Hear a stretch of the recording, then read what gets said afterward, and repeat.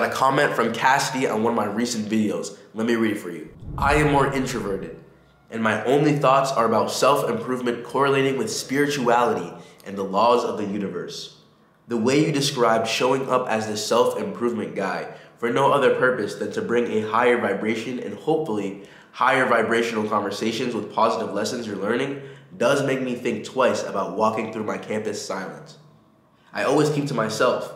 When someone talks to me, I do find myself only liking to talk about deep intellectual conversations, about where I want to go or what I'm working on mentally, and I feel much better after the conversation.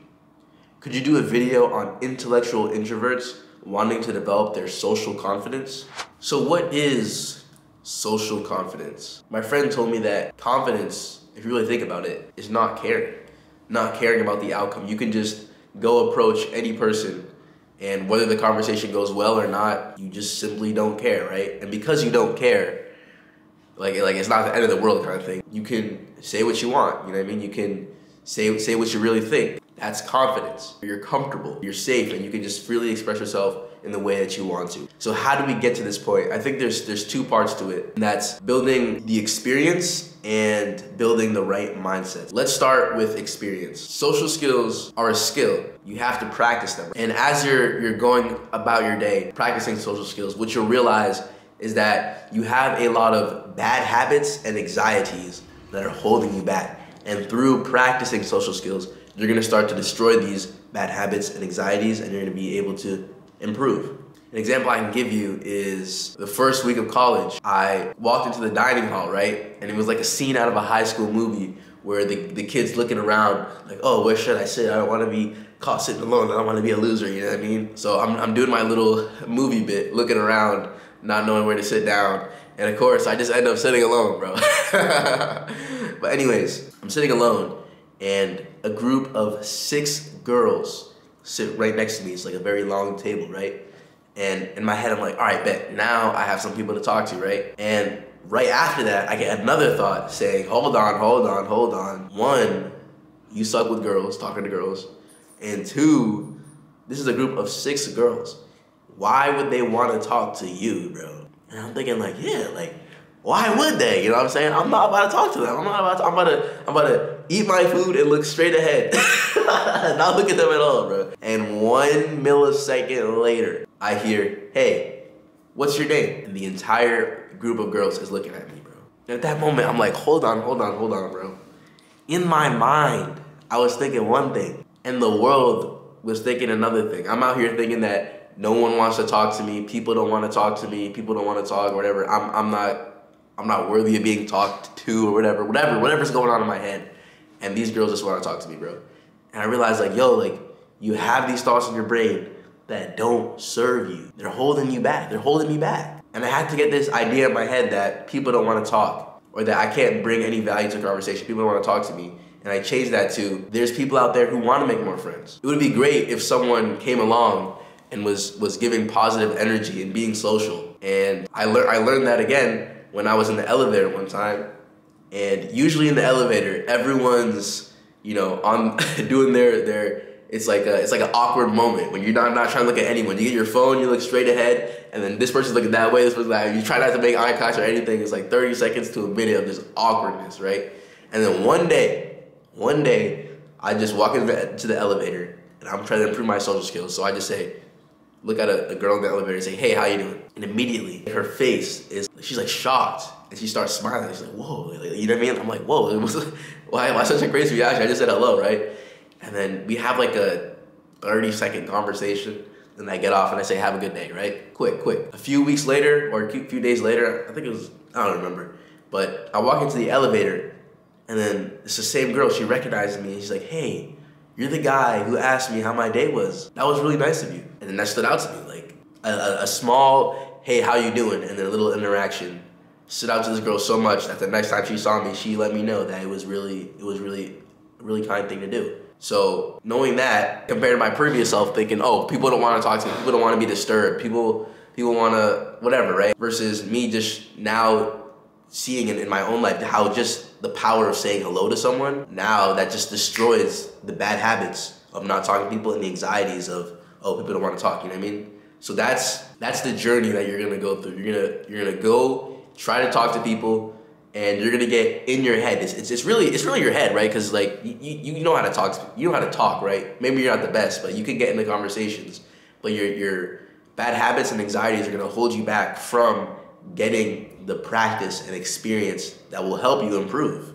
So let's talk about the mindset aspect of confidence. Right now, I'll say that when it comes to social skills, there are so many different aspects to it. There's like the eye contact, there's the body language, there's the physical like expressions, there's the voice tonalities, there's like, so it's so complex, right? You couldn't possibly micromanage every single part of it, right? But if you saw yourself as a charismatic person, as a person who is good with words, or who was kind or whatever, you would speak in that way. You would do the eye contact. You would do the slow speech or the calm speech, whatever, right? It's the way you see yourself is way more important than trying to focus on, oh, let me make sure my eyebrows like this, or let me like look at them like this, and then do this kind of body language. Like it's way too much to control, right? So you want to focus on developing the right mindset. And naturally, you're just gonna get to that kind of person. If you see yourself as a charismatic person, you're gonna become a charismatic person to the best of your ability, of course. And then, of course, you're gonna get better and better and better at that, right? And for me, when I came into college, I had always been like a shy kind of person, right? So I wanted to change that. So I said, I'm an extremely social guy, and I'm that guy. So that's what I told myself. I was like, yo, I'm that guy, I'm him. You know what I'm saying? I know everyone. You know what I'm saying? I just said that, and I believed it. And it gave me this incredible energy. Like, it was almost unreal. And I was going around talking to everyone. I met someone, and then I would see them again. It was like during the first weeks. And then I would meet all their friends in the table. And then because I'm a super social guy, my mind was primed and ready to remember people's names. So I was like, yo, I remember your name. I mean, at the end of the conversation of like a group, I just went around saying everyone's names. And they were like, yo, that's amazing. You know what I'm saying? And then, yeah, I was just meeting so many people, and I gave a really great impression on people, so that people started to tell me like, yo, you are one of the most social people I know. You're one of the most charismatic people I know. You're one of the most popular people I know. Everyone knows you. And it was kind of a shock to me because I never have been like this. In high school, I was just like kind of shy and stuff like that. So now people are telling me how they see me, and that kind of reinforces my mindset. Now I'm like, oh, okay, I am a social guy. Because before I told myself I'm a social guy, right? But now I have like people actually telling me I'm a social guy. I'm definitely a social guy now, right? It's not just me like trying to convince myself. Like I know I am now. So you want to focus on developing that mindset. And right now you have a mindset that's holding you back probably. You might see yourself as a shy introvert and you struggle with conversations. You don't know what to say, right? But when you say that to yourself, you just reinforce that. And when you're actually going in the conversation, your brain is going to be like, hey, I'm a shy introvert, so I don't know what to say. I don't know what to do, right? And I'll tell you another thing is that being an introvert doesn't actually mean that you're poor with social skills or that you're shy. It's a scientific term to describe, how much social interaction you need to fill your social battery. So an introvert actually means like less social interaction, and they actually get kind of exhausted if they have too much, right? And then an extrovert needs a lot more social interaction to fill their social battery. It's like for mental health purposes, right? So it's like, that doesn't actually have to do with social skills. You could be a extremely charismatic person and really good at talking to people, but you're an introvert. And then when you're done with that, you get kind of exhausted. And that's actually what my dad is like. He's a comedian, so he's cracking jokes, he's funny, he's charismatic, right? But after he talks to people, he kind of gets exhausted. But that doesn't necessarily mean that you have to be shy or bad with people. That's not what that means at all. So make sure you really just analyze your own mindset and think, is this mindset serving me or is it actually holding me back? Yo, come say hello. Yo, I'm doing a video about social skills. Oh yeah? Yo, give me some credibility, bro. Listen to this guy. He knows what he's talking about. Yeah, let's go. Yo, see you around. I'll see you later. That's my guy right there. So the final thing that Cassidy mentioned was that she wanted to have deep intellectual conversations with people about topics she cared about, like spirituality and personal development. But, it's hard for her. It's hard for her to get into conversations with people. And I imagine it's harder to steer the conversation in the direction that she wants to, right? Because, I mean, at least from my perspective, I'm looking out and I'm seeing people party all the time, drink, and they're talking about frats and stuff like that. And while my mind, I seem to be on a different level, right? I'm thinking about self-improvement. I'm thinking about getting my morning routine, my sleep, and all this stuff, right? And cutting out social media. Everyone else is scrolling all the time, right? So I feel different from these people. I feel like I can't connect with them. I can't talk to them about it. But that's not always true. Let me tell you a story. I was sitting with a group of girls, and they were talking about frat parties. And if you watch my previous videos, I don't like going to frat parties anymore, right? One of the girls looks to me, and she's like, Dale, do you go to frat parties? And because I don't like them, right? I don't like partying. I don't say anything because I don't want to offend, right? They're here talking about their crazy stories from the frat party. And I'm gonna walk in there and be like, oh man, I don't like frat parties, man. Like drinking is bad for you. Like, you know what I mean? Like, I'm like, nah. So I just don't say anything. And because of that, I'm just there, but I'm not contributing to the conversation at all. That's low-key kind of weird though. I was just like thinking like, how could I have done better in that conversation? I was thinking like, oh, what could I have said? What could I have said? And I realized like, all I had to do was to just say how I felt. Right there. And in my head, it wouldn't have gone well because me and the girls have a different viewpoint of the world, right? We think differently. So I would think that they would like bully me. Bro, I don't know, bro. Like, you know what I mean? I was like, all right, but let's just see it. Let's try and be honest next time. And a few days later, I see one of the girls in the dining hall, right? I'm like, all right, I'm gonna go talk to her. So I'm on my way to talk to her, and then I loop around the whole dining hall before actually approaching her, bro. I don't know what I'm doing, bro. But anyways, I muster up the confidence, the courage, right, to go and approach her.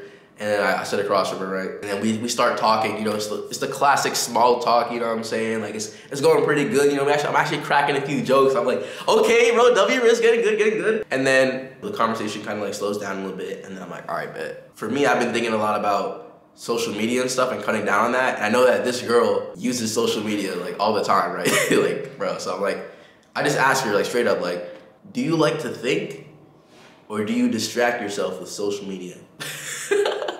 And what followed was an actually interesting conversation about social media usage because, I mean, I don't really know how I saw her. I just see her like, oh, like this is a person who just like uses social media and social media is bad for you. So she's like not necessarily a bad person, but she indulges in bad habits, right?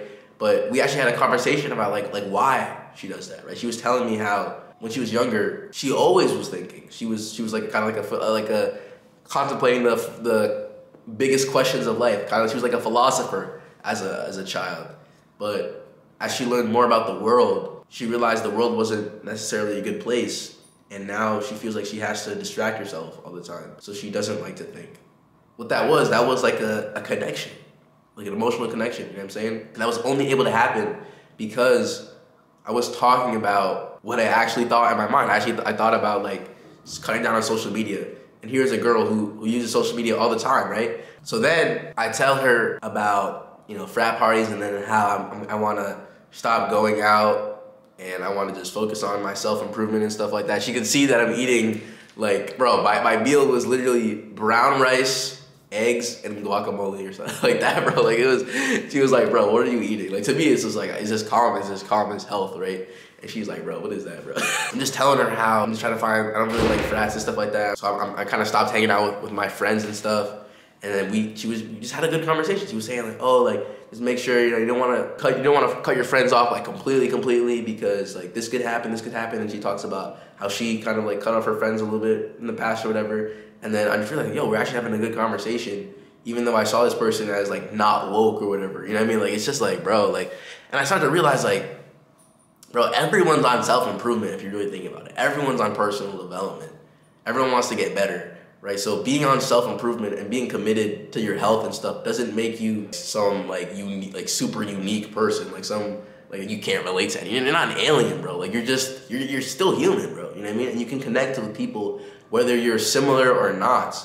Whether you can have similar views, you can have different views, you can still connect over that. You can still learn from people. And I left that conversation feeling really good. Again, I proved to myself I destroyed another bad habit and anxiety that people don't want to talk about self-improvement, and that I can actually have conversations about things that I care about if I bring them up, instead of just, being in a conversation with someone and just, listening to them, and that's good, right? But I'm not actually saying what I think, not sharing my 50 cents or 2 cents or whatever, not sharing my perspective, my mind. Now it's just a one-sided thing. There's really no connection there. I think authenticity is the word for that. And I'll probably do another video on that because that's a whole thing in and of itself. It's honestly not necessarily easy to be yourself, but it definitely helps a lot.